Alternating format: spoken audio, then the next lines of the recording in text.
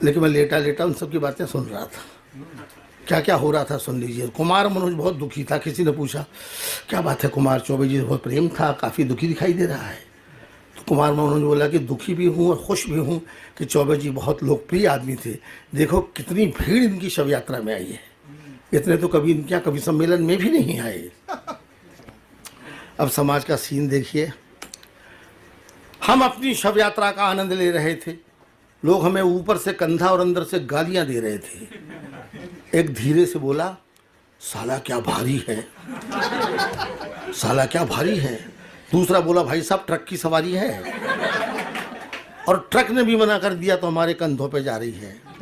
एक हमारे ऑफिस का मित्र बोला, एक हमारे बैंक का मित्र बोला, कैसे मरना ही था तो संडे को मरता, कहाँ मंडे को मर गया बेदर्दी, एक ही तो छुट्टी बची थी, कम वक्त ने उसकी भी हत्या कर दी।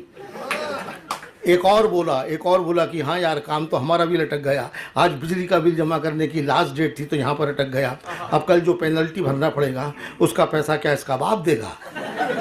अब कल जो शव यात्रा चल रही है, अब कल जो पेनल्टी भरना पड़ेगा उसका पैसा क्या इसका बाप देगा।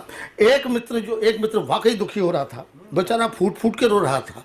उससे किसी ने पूछा कि क्या तेरा मरने वाले से इतना प्रेम था जो उसके लिए थोक में आंसू बहा रहा है। वो बोला, मरने वाले को मारो गोली भाई साहब, हमको तो अपना 100 रुपये का नोट याद आ रहा है। हमने अपने बाप से लेके दिया था, हमने अपने बाप से लेके दिया था और अभी तो ब्याज भी नहीं दिया था कि ये इंटरवल में ही मर गया।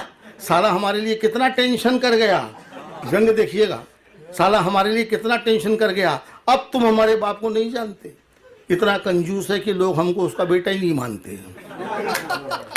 अब तो हमारे बाप को नहीं जानते, इतना कंजूस है कि लोग हमको उसका बेटा ही नहीं मानते। आपस में फुसफुसाते हैं कि कंजूस ने बेटा कैसे पैदा कर लिया। आपस में फुसफुसाते हैं कि कंजूस ने बेटा कैसे पैदा कर लिया। अब बताओ ऐसी लड़की में ये मर लिया, अब हम अपने बाप को क्या मुँह दिखाएंगे। उनको पता चलेगा तो 100 रुपये के लिए हमको बेच आएंगे।